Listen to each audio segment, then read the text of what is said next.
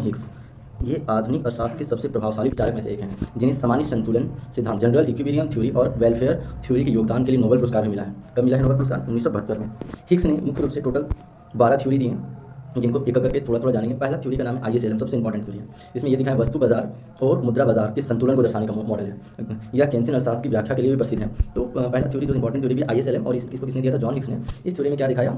वस्तु बाजार और मुद्रा बाजार को संतुलन दर्शाने वाला इस मॉडल है। और इसमें एक बात और याद रखना है कि ये केंद्रीय अर्थशास्त्र की व्याख्या के लिए भी प्रसिद्ध है ISLM मॉडल। दूसरे नंबर का थ्योरी है हिक्सियन डिमांड थ्योरी, और दूसरे शब्द में इसको कहते हैं कॉम्पेंसेटेड डिमांड कर्व। अब देखेंगे ये देखिए इस प्रकार का होता है हिक्सियन मांग वक्र, या फिर कहें हिक्सियन डिमांड कर्व, या फिर कॉम्पेंसेटेड डिमांड कर्व। इस प्रकार का होता है। उपभोक्ता की मांग व्यवहार में परिवर्तन को 2 प्रभावों में विभाजित करने का तकनीक है। यानी उपभोक्ता का जो मांग का व्यवहार है उसको 2 प्रभावों में विभाजित करता है। पहला प्रभाव है प्रतिस्थापन प्रभाव, दूसरा है आय प्रभाव यानी इनकम इफेक्ट। माने मांग है 2 भागों में बढ़ जाता है मांग का व्यवहार, एक सब्स्टिट्यूशन इफेक्ट और इनकम इफेक्ट, प्रतिस्थापन प्रभाव और आय प्रभाव। तीसरा थ्योरी हिक्स ने दिए थे मूल्य एवं पूंजी सिद्धांत, वैल्यू एंड कैपिटल। ये बुक का नाम है, कब दिए थे? 1939 में। जनरल इक्विलिब्रियम पर आधारित उनकी सबसे प्रसिद्ध बुक, यानी जनरल इक्विलिब्रियम पर आधारित सबसे प्रसिद्ध बुक का नाम अगर पूछा जाए तो वैल्यू एंड कैपिटल किसने दिया था? हिक्स ने। कैल्डोर हिक्स कॉम्पेंसेशन क्राइटेरिया, कल्याण अर्थशास्त्र में दक्षता मापने की एक विधि है। कल्याण अर्थशास्त्र में वेलफेयर इकोनॉमिक्स में दक्षता मापने की एक विधि है। यदि किसी परिवर्तन से समाज का कुल लाभ कुल हानि से अधिक है, यानी लाभ हानि से अधिक है, तो यह परिवर्तन दक्ष है, मैंने उसको परिवर्तन किया जा सकता है। यानी एक ऐसा परिवर्तन जिसमें लाभ और हानि दोनों भी होता है, लेकिन लाभ ज़्यादा होता है हानि से, तो उसको कहते हैं परिवर्तन दक्ष। और उस थ्योरी का नाम है कैल्डोर Hicks compensation criteria.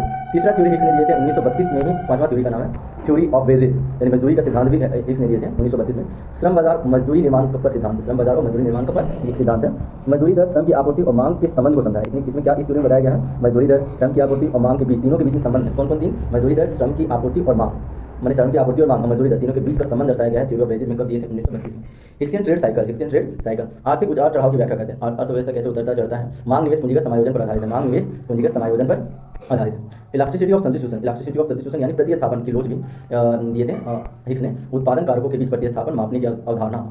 Next theory का नाम है हिक्स न्यूट्रल टेक्नोलॉजिकल प्रोग्रेस, ये 8वां थ्योरी है। तकनीकी परिवर्तन के वर्गीकरण की अवधारणा, जिसमें पूंजी और श्रम दोनों समान रूप से प्रभावित होते हैं। मैंने पूंजी और श्रम दोनों समान रूप से प्रभावित होते हैं, किसके कारण? तकनीकी परिवर्तन के कारण। उस थ्योरी का क्या नाम है? Hicks neutral technological progress. Next 9वां थ्योरी दिए हैं इलास्टिसिटी ऑफ एक्सपेक्टेशन, भविष्य की कीमत के बारे में अपेक्षाओं के प्रभाव को मापने का सिद्धांत। भविष्य की जो कीमत है उसके बारे में अपेक्षा के प्रभाव का मापना है, कितना अपेक्षा है, उसको कहते हैं इलास्टिसिटी ऑफ एक्सपेक्टेशन।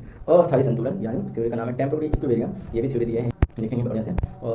अल्पकालीन अवधि में बाजारों का संतुलन की अवधारणा, जब तक अर्थव्यवस्था दीर्घकालीन संतुलन तक ना पहुंच जाए, जब तक अर्थव्यवस्था दीर्घकालीन संतुलन तक ना पहुंच जाए, ये भी थ्योरी दिए थे। उसको कहते हैं टेम्पोररी इक्विलिब्रियम, अल्पकालीन अवधि में बाजारों का संतुलन की अवधारणा, मैंने कम समय में बाजारों के संतुलन की अवधारणा दिए थे।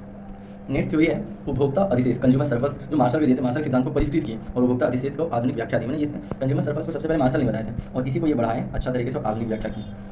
लास्ट है थ्योरी ऑफ इकोनॉमिक्स 1969, आर्थिक विकास की ऐतिहासिक व्याख्या, संस्थानों, तकनीकों, संस्कृति